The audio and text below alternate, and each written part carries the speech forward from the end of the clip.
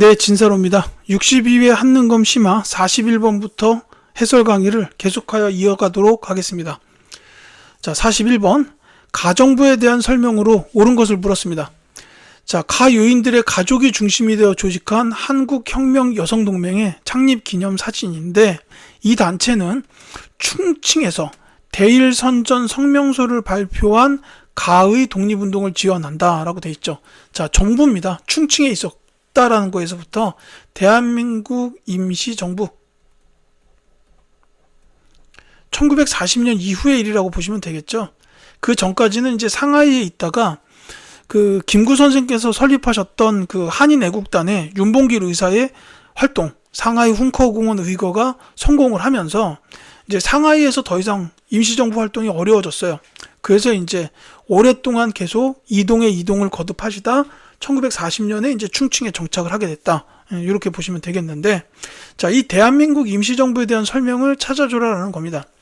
이게 이제 뭐 1910년대 말 19년에 설립이 됐잖아요. 근데 이제 그때만 해도 뭐 연통제나 교통국이 있었고, 그 다음에 저 구미위원부를 설치했다, 뭐 독립공채 발행했다, 이런 활동이 있었는데, 요 40년대 이후로 넘어가면 요 임시정부의 활동은 이제 일제 패망을 예견하고 이제 거기에 대응하는 활동이 많이 있었어요. 그 대표적으로 대일선전 성명서, 이게 이제 선전포고죠. 이거 발표를 하기도 했고, 또 하나가 그 대한민국 건국강령을 발표하기도 했어요. 그 정답이 5번입니다. 이 대한민국 건국강령 선포, 요 5번이 정답인데, 같이 기억해 두셔야 되는 게 요 삼균주의, 요게 이제 그 조소왕 선생, 이 조소왕 선생의 삼균주의를 기초로 해서 건국강령을 선포하게 됐다라고 이렇게 봐두셨으면 좋겠습니다. 자, 다른 선지들도 볼게요. 자, 좌우합작 7원칙을 발표하였다라는, 요거는 이제 그 좌우합작 운동 과정에서 나온 거죠. 자, 그 다음에 한인 자치기관인 경학사를 조직하였다고, 신민의 활동 중 하나며, 자, 조선혁명선언을 활동의 지침으로 삼았다. 매우 중요하죠. 의열단입니다. 한글 맞춤법 통일안과 표준어를 제정하였다. 요거는 이제 조선어 학회. 다만 이제 이 조선어 학회는 나중에 조선어 학회 사건을 통해서 와해되고 맙니다. 자, 42번 갈게요. 가사건에 대한 설명으로 옳은 것은? 하고 물었습니다. 자, 기념관에 있는 이 비석은 왜 아무 글자도 새겨지지 않은 걸까 했는데, 가의 역사적 평가가 아직 마무리되지 못했기 때문이다. 제주도에서 일어난 가는 남한만의 단독 선거를 반대하는 무장대와 이를 진압하는 토벌대 간의 무력 충돌이 있었고, 그 뒤 진압 과정에서 수많은 사람이 희생된 사건이다 라고 돼 있죠. 자, 제주도에서 일어났고 남한만의 단독 선거를 반대했다라는 걸 통해서 이 사건을 바로 알아내셔야 됩니다. 제주 지역에서 있었던 4.3 사건이에요. 자, 이거랑 이제 비슷한 게 여수 순천 11구 사건도 있습니다. 이게 전부 다 그 남한만의 단독 선거, 남한만의 정부 수립을 반대하면서 일어났던 사건이다라고 보시면 되겠는데, 이때 보면은 뭐 이 남한만의 선거를 반대했던 사람뿐만이 아니라 무고한 제주 시민들도 이때 많이 희생이 되셨어요. 그래서 이게 나중에 그 대통령께서 나와가지고 이제 사과를 하시기도 하고, 이런 일도 있었습니다. 지금 말씀드린 거랑 관련이 되는 선지가 있어요. 정답이 3번입니다. 이 4.3 사건 희생자들의 명예회복을 위한 특별법이 제정되었다라는 겁니다. 요거 기억하셔야 되는 게, 요 4.3 사건 특별법은 노무현 정부 때 제정이 됐어요. 자, 유신헌법의 철폐를 요구하였다라는, 요거는 3.1 민주 구국선언하고 관련이 있어요. 3.1 운동 아니죠. 이제 3월 1일에 유신헌법 철폐를 요구하는 그 선언이 있었다라는 거고, 자, 통일주체 국민회의가 설치되는 결과를 가져왔다. 요거는 그 7차 개헌인데, 요게 유신헌법이 나온 거예요.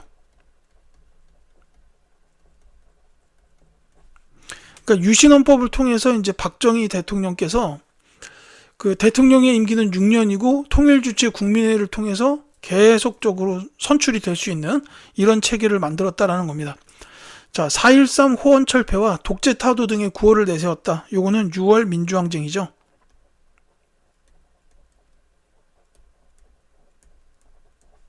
(1987년에) 있었던 6월 민주항쟁입니다. 자, 귀속재산 처리를 위한 신안공사 설립의 계기가 되었다라는 건데, 이 신안공사는 그 미국 군정 시기, 그러니까 우리가 흔히 말하는 해방 공간 시기에 세워졌어요. 여기서 말하는 귀속재산은 이제 일제 강점기 때 일본인들이 우리나라에 만들어 놓은 그런 재산들을 뜻합니다. 그러니까 뭐 이렇게 공장이라든지 이런 거 있잖아요. 이게 이제 일본이 2차 세계대전에서 패망을 하면서 우리나라 땅에 있던 모든 그 권리를 다 이제 내려놔버린 거죠. 그래서 이게 이제 나라로 귀속이 됐는데, 이거를 처리하기 위해서 이제 미 군정 때 신안공사가 세워졌다. 이렇게 이해해 주시면 되겠습니다. 자, 43번 갈게요. 자, 가전쟁 중 있었던 사실로 옳은 것은? 하고 물어봤습니다. 자, 요거는 제가 본문을 좀 다 읽을게요. 국민보도연맹 사건은 우리 현대사의 커다란 비극입니다. 좌우대립 혼란 속에서 수많은 사람들이 국민보도연맹에 가입되었고, 가의 와중에 영문도 모른 채 끌려가 죽임을 당했습니다. 그리고 그 유가족들은 연좌제의 굴레에서 고통받으며 억울하다는 말 한마디 못한 채 수십 년을 지내야만 했습니다. 저는 대통령으로서 국가를 대표해서 당시 국가 권력이 저지른 불법행위에 대해 진심으로 사과드립니다. 라고 나왔어요. 이게 쭉 읽다 보시면 이 국민보도연맹 사건 관련된 전쟁이죠. 이 전쟁은 그래서 6.25 전쟁입니다. 이 국민보도연맹 사건이 6.25 전쟁 중에 있었던 일이에요. 자, 근데 제가 이 본문을 전부 다 읽은 건 뭐냐면은 요 말씀은 꼭 드리고 싶어서요. 자, 여기서 말하는 저는 대통령이라고 돼 있죠. 이분은 누구냐면 노무현 대통령입니다. 그러니까 이제 앞선 문제에서도 제주 4.3 사건에 대해서 노무현 정부 때 이제 정부 차원에서 공식적으로 사과를 했다 그랬는데, 이 국민보도연맹 사건 마찬가지예요. 이 노무현 정부 때 이제 국민들에게 정부의 잘못입니다라고 사과를 한 겁니다. 이런 일이 있었다는 거죠. 문제 자체는 어렵지 않습니다. 6.25 전쟁 중에 있었던 사실을 찾으라라는 거기 때문에 정답은 바로 나와야죠. 5번입니다. 인천 상륙작전이 전개되었다라는, 요게 6.25 전쟁 중에 있었죠. 이제 이렇게 해서 나올 수 있는 것들을 몇 가지만 더 말씀을 드리자면, 인천 상륙작전뿐만이 아니라 뭐 흥남철수, 그 다음에 일사후퇴, 그 다음에 그 반공포로 석방, 이승만 정부에서 그 반공포로를 석방하는 일이 1952년에 있었어요. 이제 요게 나올 수도 있고요. 그 다음에 또 하나가 뭐가 있냐면 발췌개헌이 있어요. 이승만 정부에서 이제 대통령 뽑는 제도를 국회의원에 의한 간선제가 아닌 직선제로 바꿨던 개헌입니다. 이게 이제 임시수도 부산에 있을 때 일어났던 일이므로 6.25 전쟁 중에 있었던 일이 맞습니다. 요것들도 인천 상륙작전 아니라 선지로 걸릴 수 있는 이런 내용들이다라고 기억해 주시면 좋겠어요. 자, 6.3 시위가 발생하였다 그랬는데 요거는 박정희 정부 초기에 있었던 일이에요. 박정희 정부입니다.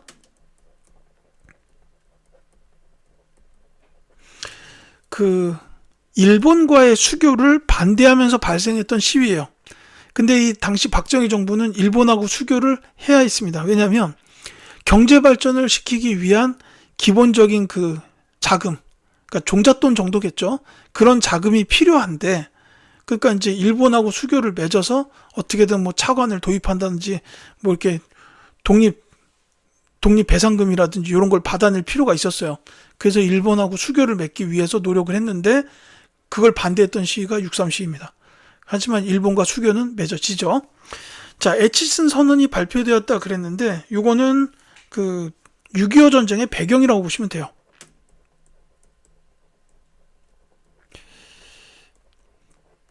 에치슨 라인이라고 부르는 미국의 극동 방위선이 그어집니다. 근데 이 라인 안쪽에 일본은 있었지만 우리나라는 라인 안에 없었어요. 바깥에 있었습니다. 그러니까 그 소련하고 북한은 우리가 이 남한을 침공을 해도 미국에선 가만히 있겠구나라고 생각을 했다는 거죠. 그 다음에 브라운 각서가 체결되었다. 요거는 이제 베트남 전쟁 파병하고 관련이 있습니다.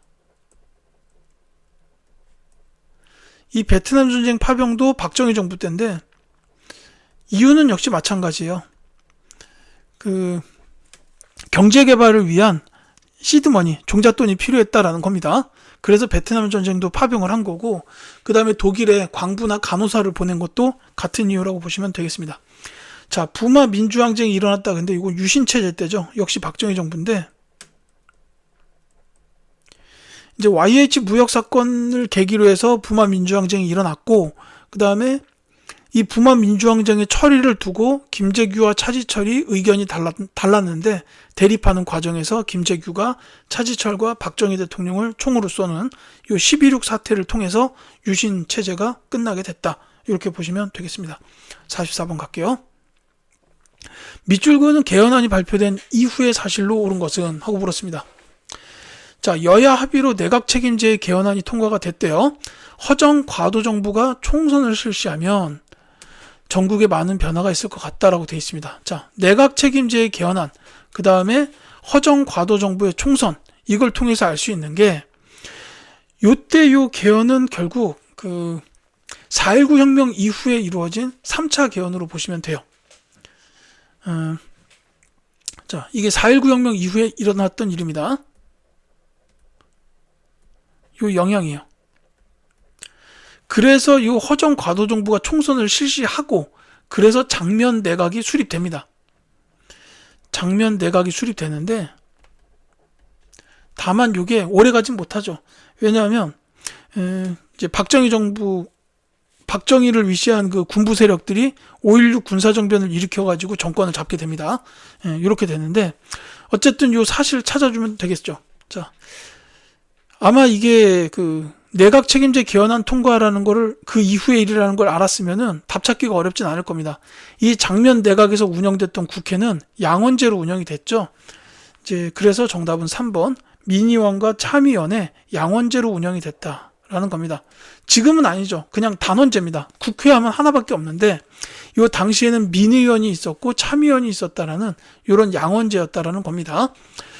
자, 반민족행위 처벌법이 제정되었다. 이거는 재헌국회에서 한 일이죠. 자, 제2차 미소 공동위원회가 결렬된 거는 이제 그 해방 공간 미군정 시기라고 보시면 되겠고, 그 다음에 진보당의 조봉암이 구속되었다. 이거는 이승만 정부예요.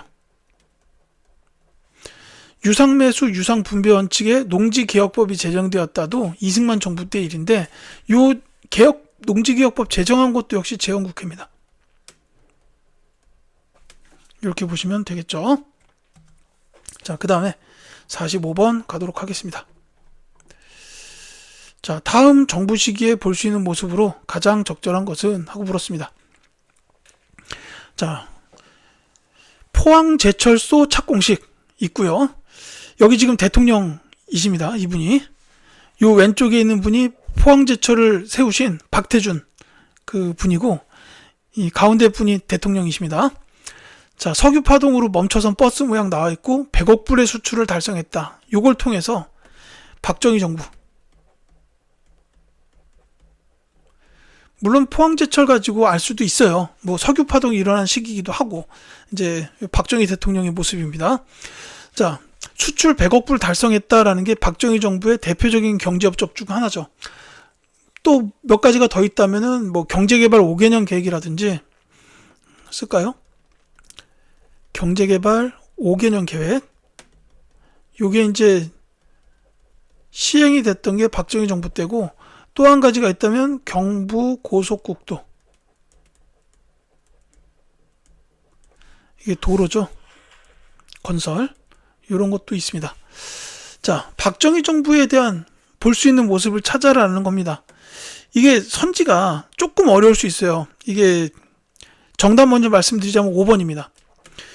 이제 일명 광주 대단지 사건이라고 부르는 게 있어요. 그 서울 쪽에서 살던 빈민들, 요 사람들을 이제 강제로 경기도 광주 지역으로 이주를 시켰던 일이 있었습니다. 그래서 여기 가면은 뭐 이렇게 먹고 사는 집 뭐 이런 거 있다 뭐 해가지고 보냈는데 없어요.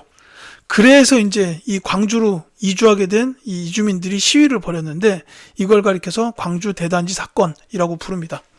이게 이제 박정희 정부 때 있었던 일이고, 그래서 이 광주 대단지 사건이 있고요. 또 한 가지가 더 있다면은 한평 고구마 사건이라고 있어요.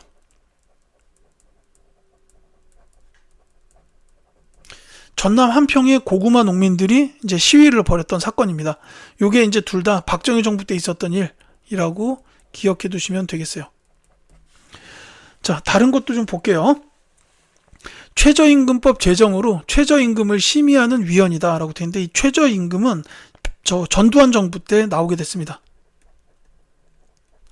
자, 그 다음에 금융실명제에 따라서 신분증 제시를 요구하는 은행원, 김영삼 정부죠. 금융실명제는 김영삼 정부입니다. 한칠레 자유무역협정의 비준을 보도하는 기자라고 되는데, 이 한칠레 FTA는 김대중 정부. 그 다음에 또 한 가지가 있다면 한미 FTA예요. 요거는 노무현 정부입니다. 이게 헷갈리니까 따로 기억해 두실 필요가 있어요. 자, 그 다음에 전국 민주노동조합 총연맹 창립대회에 참가하는 노동자. 제가 이게 처음에 뭐지 하고 봤는데, 이게 생각해보니까 이게 민주노총이잖아요. 그래서 민주노총 하면은 김영삼 정부예요. 근데 제가 하도 약자로만 외워가지고 민주노동조합 총연맹이라고 나오니까 이씨 뭐지? 이렇게 됐는데, 요 민주노총입니다. 자, 이렇게 보시면 되겠죠. 이제 광주 대단지 사건 그리고 한평 고구마 사건이 박정희 정부 때 있었던 일이다라고 보시면 되겠습니다. 자, 46번. 가민주화 운동에 대한 설명으로 옳은 것은, 자, 임을 위한 행진곡이다라고 되어 있는데, 요 노래 제목을 보고 알 수도 있어요. 그 다음에 이 운동 당시에 계엄군에 맞서서 시민군으로 활동하다가 희생된 윤상원과 박기순의 영혼 결혼식에 헌정된 노래입니다 라고 나왔습니다. 자, 계엄군에 맞선 시민군이라는 데서부터 이 운동에 대한 이 운동을 알 수 있어요. 바로 5.18 민주화 운동입니다.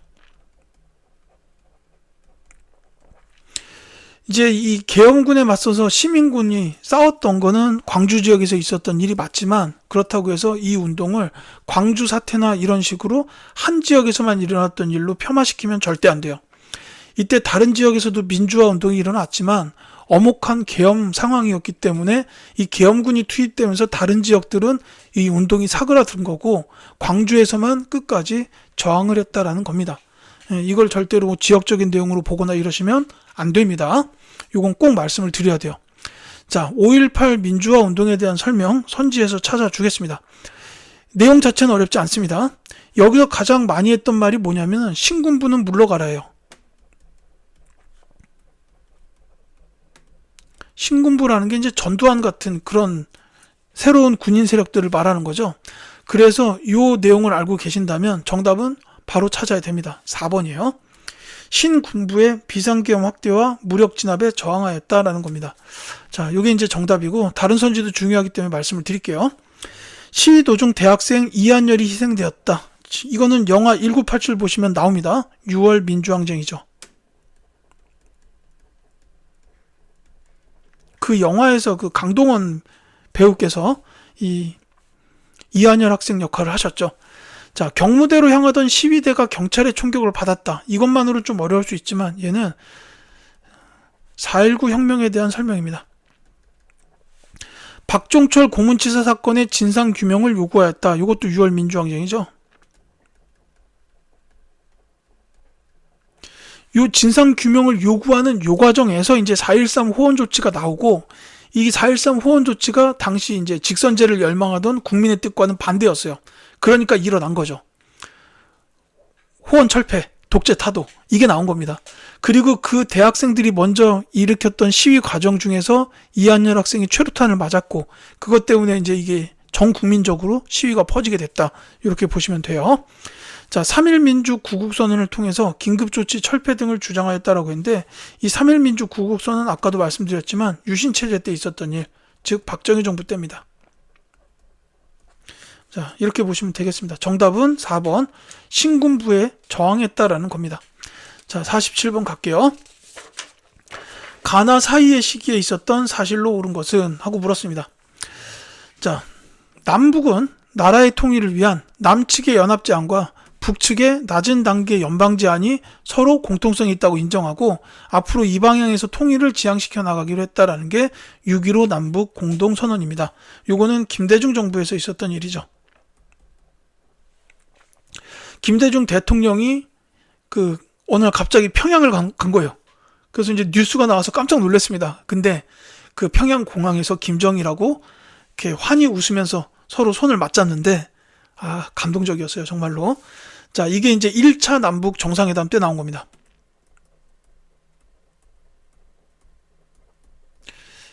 이 통일 관련된 정책은 매우 중요하기 때문에 이 부분은 반드시 기억을 하셔야죠. 자, 나볼게요.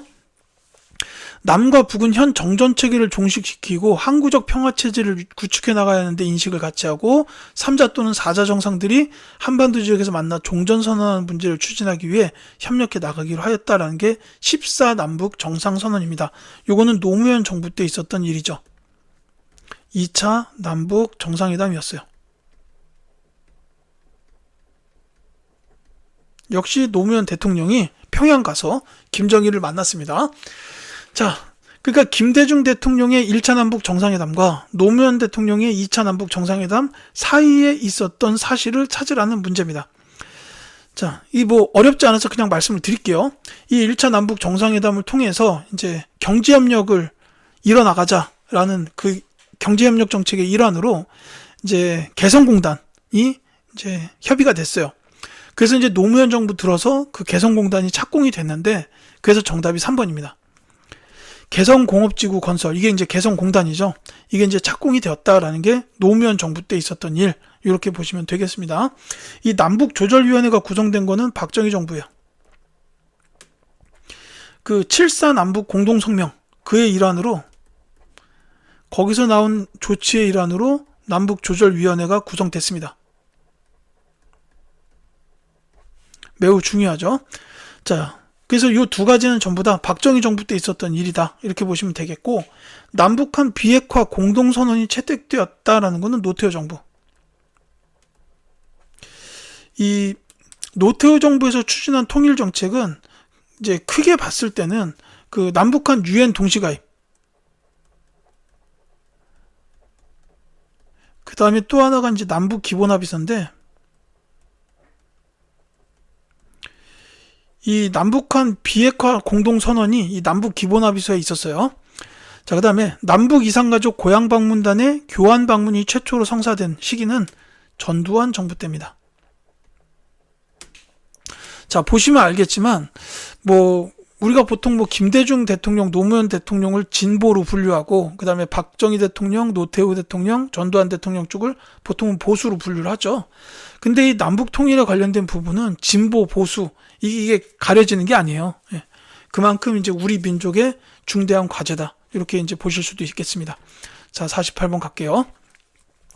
가 문화유산에 대한 설명으로 옳은 것을 보기에서 고른 것은, 자, 파리에서 열린 한지공예 특별전에 나와 있는데 영조와 정순왕후의 혼례식 행렬을 닭종이 인형으로 재현했다. 조선시대 왕실이나 국가의 큰 행사가 있을 때 일체의 관련 사실을 글과 그림으로 기록한 책인 가래요. 자, 요거 보면 이 가는 뭔지 나와야죠. 바로 의궤. 자, 의궤를 뜻하는 설명이다라고 보시면 되겠습니다. 자, 의궤에 대한 설명을 이제 선지에서 보기에서 찾으면 되겠죠. 자, 사초와 시전기를 바탕으로 편찬되었다. 요 사초를 바탕으로 한 거는 이 조선왕조 실록이에요. 조선시대니까. 자, 연대순으로 기록하는 편년체로 구성되었다. 역시 조선왕조 실록에 대한 설명입니다.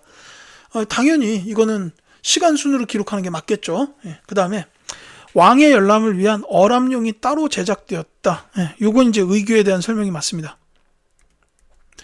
왕 입장에서 이 행사를 어떻게 주관해야 될 것이냐, 이런 거를 당연히 왕 입장의 책이 따로 필요한 거죠. 예, 그 다음에 병인양요 당시 일부가 프랑스군에게 약탈되었다라는 것도 의궤에 대한 설명이 맞아요. 이게 이제 정확히 말하면 외 규장각에 있던 도서들인데, 요 의궤도 외교장각에 있었습니다. 그래서 프랑스가 약탈을 해갔죠. 그래서 이제 이걸 찾아오려고 박병선 박사님 같은 분께서 굉장히 노력을 하셨습니다. 그래서 일부는 지금 우리나라에 돌아와 있기도 하죠. 어쨌거나 디귿과 리을이 의궤에 대한 설명으로 옳기 때문에 정답은 5번이 되겠습니다. 기역과 니은은 조선 왕조 실록에 대한 이야기다. 이렇게 보시면 되겠죠. 자, 49번 가겠습니다. 자, 두 문제의 세트형 문제입니다. 다음 자료를 읽고 물음에 답하시오. 자, 처음으로 독서 상품을 정하여 관리를 선발하였다. 여기서부터 그냥 바로 나오죠. 독서 상품과.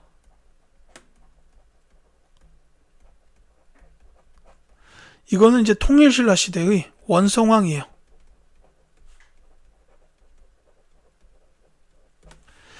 자, 뭐 읽다 보시면 어떤 책을 읽고 능통하면서 밝은 자를 상품, 그 다음에 뭐는 중품, 뭐는 하품이다. 이렇게 정했다는 거죠.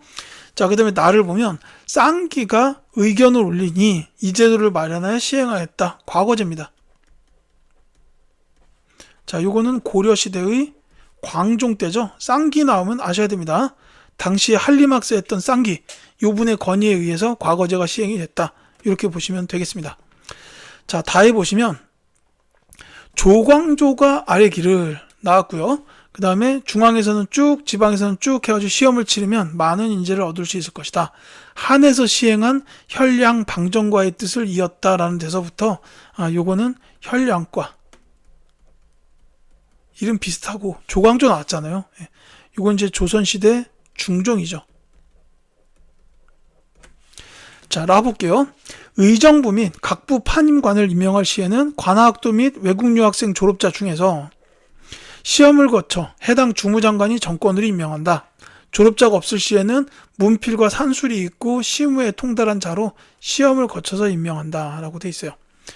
자, 이거 읽다 보시면은 요거는 외국 유학생 졸업자 뭐 이런 얘기도 나오잖아요. 그러니까 이제 뭐 고려나 조선 뭐 초기 이런 거는 아니죠. 이게 이제 그 판임관 선발을 하는 방법인데,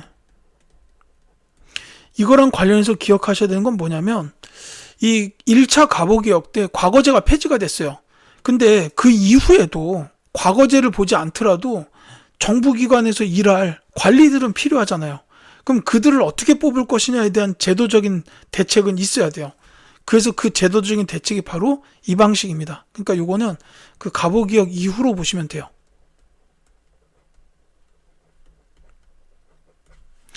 자, 그래서 그 각 지문에서 가는 통일신라 시대의 독서 상품과, 나는 고려 광종 때의 과거제, 다는 조선 초기 중종 시대의 조광조가 건의한 혈량과, 그 다음에 라는 갑오개혁 이후에 시행된 판임관의 선발 방식이다. 이렇게 이해하시면 되겠습니다. 자, 49번 볼게요.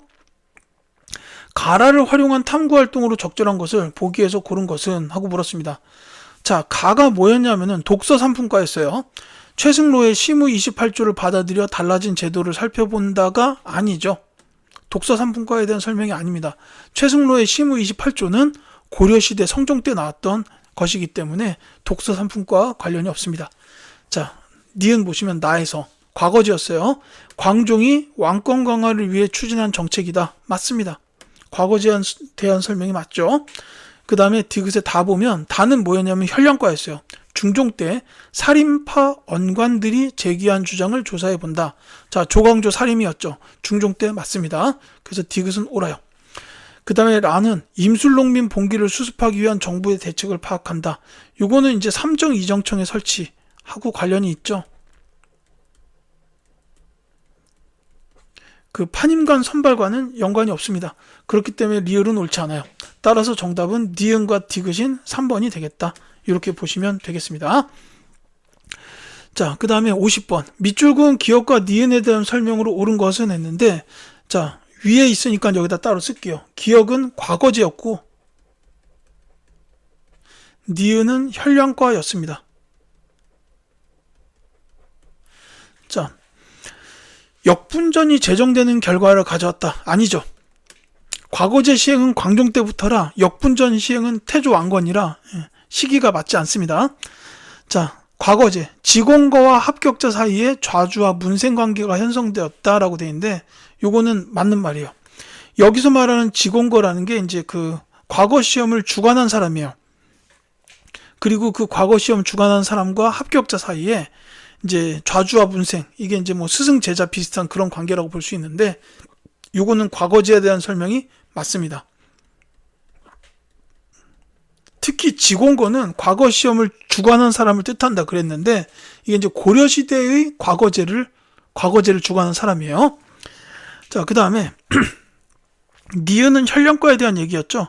제술과, 명경과, 잡과, 승과로 구성되었다. 요거는 고려의 과거제에 대한 설명이에요. 이제 고려는 제술과, 명경과, 잡과, 승과. 여기서 제술과는 글을 쓰는 거예요. 그러니까 이제 유교 경전들을 공부해서 이제 어떤 주제를 토대로 해서 그 주제를 자기의 의견을 유교 경전을 토대로 써나가는 그런 시험이 제술과고, 이 명경과는 이제 경전에 대한 내용을 이제 시험으로 출제하는 겁니다. 일종의 암기 시험이라고 보면 되겠죠.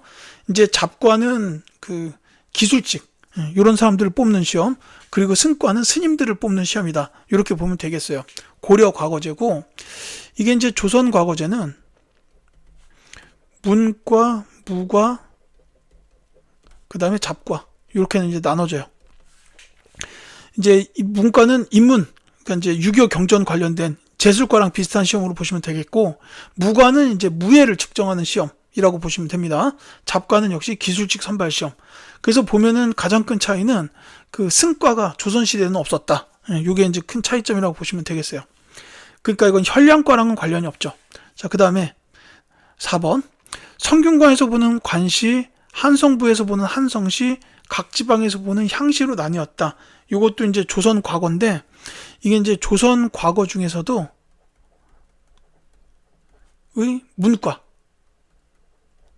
문과를 좀 더 세분화하면 이렇게 된다라는 겁니다.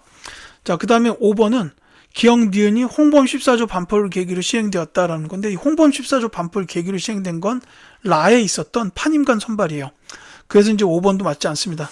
지금 말씀드린 거에서 정답은 2번. 고려의 과거제는 직원과와 합격자 사이에 좌주 문생 관계, 스승과 제자 관계랑 비슷한 그런 관계가 형성이 됐었다라는 요 내용이 정답이 되겠습니다. 자, 이렇게 해서 60위의 한능검 심화에 대한 해설 강의를 이제 다시 한번 촬영을 했어요. 전 촬영이 너무 마음에 안 들어서 이 내용으로 다시 바꿔서 업로드할 예정입니다. 자, 지금까지 이 강의를 들어주신 수험생 여러분들께 진심으로 감사드립니다. 다른 컨텐츠를 통해서 또 찾아뵙도록 하겠습니다. 감사합니다.